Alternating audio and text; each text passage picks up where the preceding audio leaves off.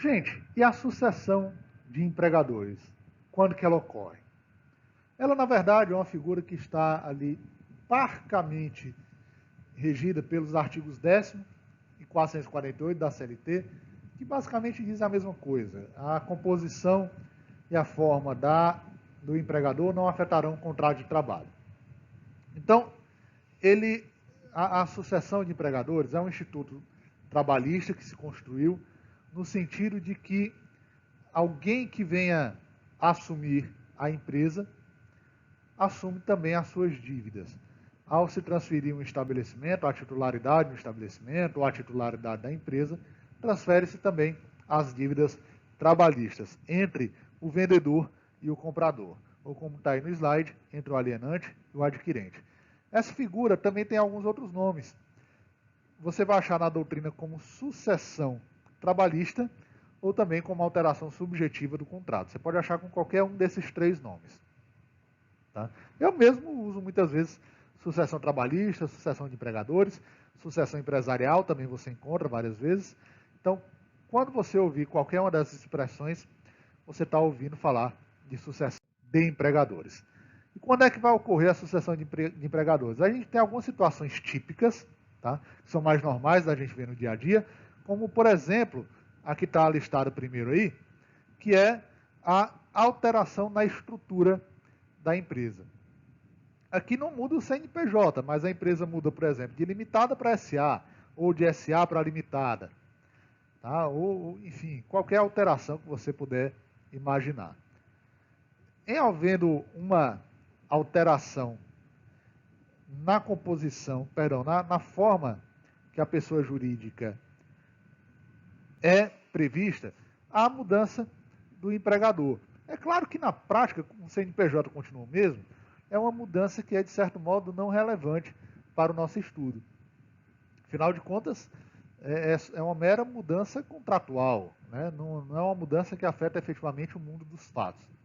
Agora nós temos a segunda situação típica, que é mais interessante. Há aqui, na verdade, a substituição do antigo empregador por um novo. Substitui-se o polo passivo da relação empregatícia por outro. Ocorre isso quando se vende estabelecimentos. Tá? Vende-se ali um estabelecimento ou vende-se a própria empresa, lembrando que vocês aprenderam ou estão aprendendo ainda, enfim, que empresa e sociedade empresária são duas coisas diferentes. Empresa é a atividade. Né? Então, eu posso, por exemplo, vender uma loja de celulares. A empresa em si é a atividade, a venda de celulares. Né? A sociedade empresária é Rodrigo Rocha, venda de celulares limitada. E aí eu posso vender só o fundo de comércio, né? Só a atividade. E aí o meu empregado vai passar a ser empregado, por exemplo, da Celedon Venda de Celulares. Com isso, se transfere todas as obrigações ao adquirente, tá? Em conjunto, de forma integral. Inclusive, é importante a gente saber isso, não só para a prova do ENAD, não só para a prova da OAB, não só para a prova do concurso, mas para a vida. Porque quando o empresário vai negociar, ele tem que levar em consideração isso e ele vai procurar você, que é advogado, para aconselhá-lo nesse sentido. Você que é advogado e você que é contador. Vocês vão ser procurados para aconselhar nesse sentido. Por que eu digo o advogado e o contador? Porque o advogado tem a obrigação de saber que as dívidas trabalhistas se transferem e o contador tem a obrigação de colocar isso na avaliação da empresa a ser adquirida. Tanto é que na negociação pode-se haver uma cláusula de venda porteira fechada, como a gente chama, ou de que o antigo proprietário permanece com as dívidas trabalhistas. Daqui a pouco eu vou comentar sobre esse tipo de cláusula, mas eu vou dar um spoiler para você não ficar na curiosidade. Essa cláusula não pode ser oposta ao empregado. Tá? Essa cláusula não pode afetar o direito do empregado.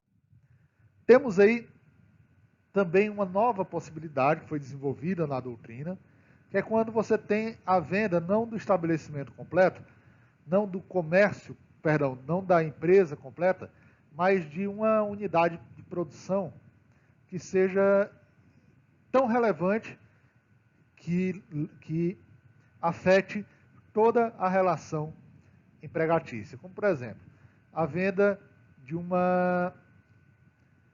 pátio de produção de automóveis para uma empresa montadora. Né? Vamos supor que aquele é o único pátio que ela possui. Então, você tem uma montadora, vende um pátio de produção de automóveis, mas não vende o outro prédio que é vizinho, que é um prédio administrativo. Ao se fazer essa separação para venda, na prática você está fechando outro prédio também, que eles vão administrar o quê? Se foi vendido o comércio quase todo, né? Se foi vendida a empresa quase toda. Então, há essa nova construção que esse tipo de situação também caracterizaria uma sucessão empresarial ou sucessão de empregadores. E para que se opere essa transferência, tem que haver, primeiro, a transferência da unidade jurídico-econômica, tá? Econômico-jurídica, ou seja, tem que aquela unidade de produção ou aquele estabelecimento, ou o que quer que seja, ser efetivamente transferido. Né? Essa transferência não é, oh meu Deus, a transferência do cartório. Não é isso. É efetivamente o comprador assumir o negócio, passar a atuar naquele negócio, naquela administração daquele bem, né, ou daquela propriedade.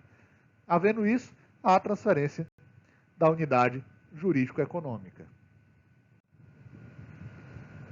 E temos aí uma outra obrigação para que se haja a sucessão de empregadores é a continuidade na prestação de serviço. Né? O trabalhador ele tem que continuar trabalhando para aquela empresa para que se opere uma sucessão de empregadores. Se ele não continuar trabalhando, ele não pode se considerar tecnicamente que houve essa sucessão.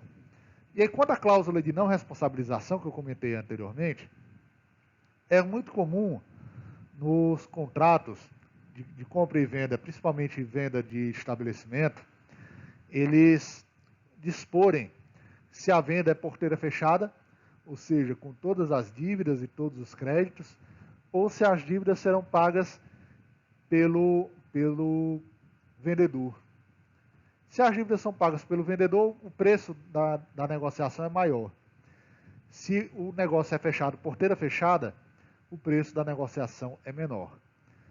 Mas aí, essa negociação, ela não afeta o empregado, porque o empregado pode cobrar de qualquer um dos dois. Essa cláusula ela não é oponível ao empregado. É claro que se ela existe no contrato e eventualmente o comprador pagou pela dívida, quando constava a cláusula que ele não se responsabilizava por esse pagamento, ele poderá, no cível, cobrar esse valor do vendedor. Tá? E aí fazer honrar o contrato que foi firmado entre ambos. Mas essa cláusula não pode ser oposta ao trabalhador de forma a ele não receber o valor que é efetivamente devido.